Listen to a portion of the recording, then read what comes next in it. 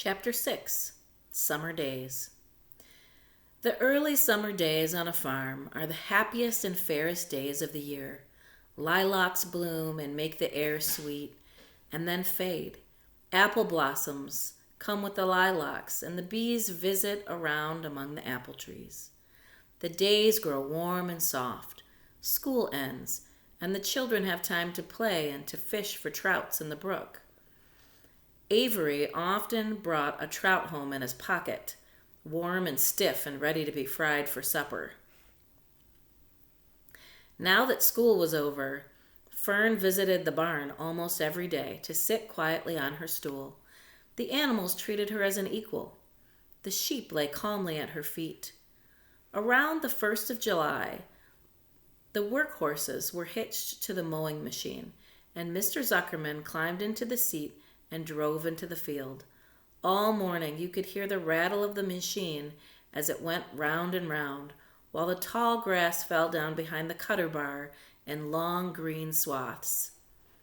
Next day, if there was no thunder shower, all hands would help rake and pitch and load, and the hay would be hauled to the barn in the high hay wagon, with Fern and Avery riding at the top of the load. Then the hay would be hoisted, sweet and warm, into the big loft, until the whole barn seemed like a wonderful bed of timothy and clover.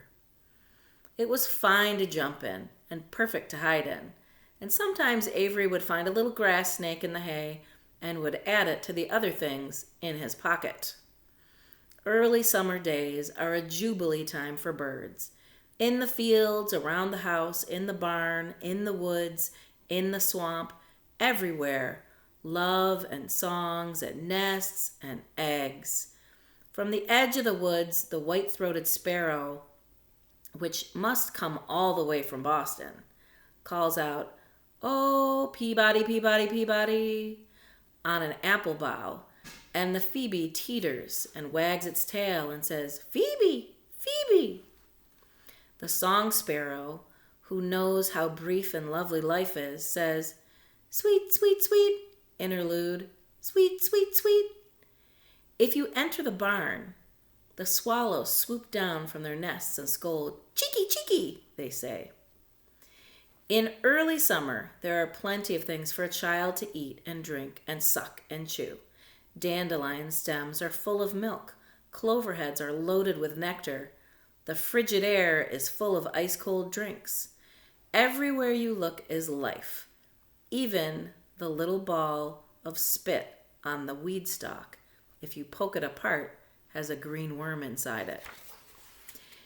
And the underside of the leaf of the potato vine are the bright orange eggs of the potato bug. It was on a day in early summer that the goose eggs hatched. This was an important event in the barn cellar. Fern was there, sitting on her stool when it happened. Except for the goose herself, Charlotte was the first to know that the goslings had at last arrived. The goose knew a day in advance that they were coming. She could hear their weak voices calling from inside the egg. She knew that they were in a desperately cramped position inside the shell and were most anxious to break through and get out. So she sat quite still and talked less than usual. When the first gosling poked its gray-green head through the goose's feathers and looked around, Charlotte spied it and made an announcement. "I am sure," she said, "that every one of us here will be gratified to learn that after 4 weeks of unremitting effort and patience on the part of our friend the goose, she now has something to show for it. The goslings have arrived. May I offer my sincere congratulations." "Thank you, thank you, thank you," said the goose, nodding and bowing shamelessly. "Thank you," said the gander. "Congratulations," shouted Wilbur. "How many goslings are there? I can only see one." "There are 7," said the goose. "Fine," said Charlotte. 7 is a lucky number." "Luck had nothing to do with this," said the goose. "It was good management and hard work." At this point, Templeton showed his nose from his hiding place under Wilbur's trough. He glanced at Fern, then crept cautiously toward the goose, keeping close to the wall. Everyone watched him, for he was not well liked or trusted. "Look," he began in his sharp voice, "you say you have 7 goslings, but there were 8 eggs. What happened to the other egg? Why didn't it hatch?" "It's a dud, I guess," said the goose. "What are you going to do with it?" continued Templeton, his little round beady eyes fixed on the goose. "You can have it," replied the goose. "Roll it away and add it to that nasty collection of yours." Templeton had a habit of picking up unusual objects around the farm and storing them in his home. He saved everything.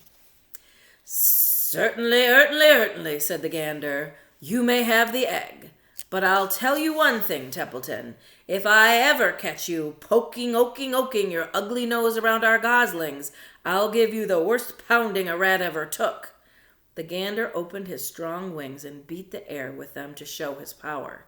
He was strong and brave, but the truth is, both the goose and the gander were worried about Templeton, and with good reason.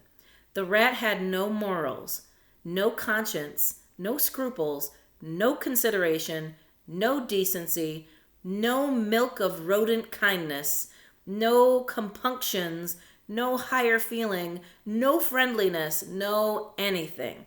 He would kill a gosling if he could get away with it. The goose knew that, and everybody knew it.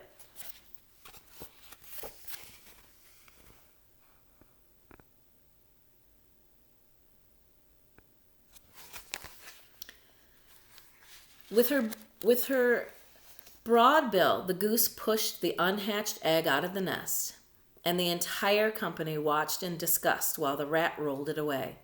Even Wilbur, who could eat almost anything, was appalled.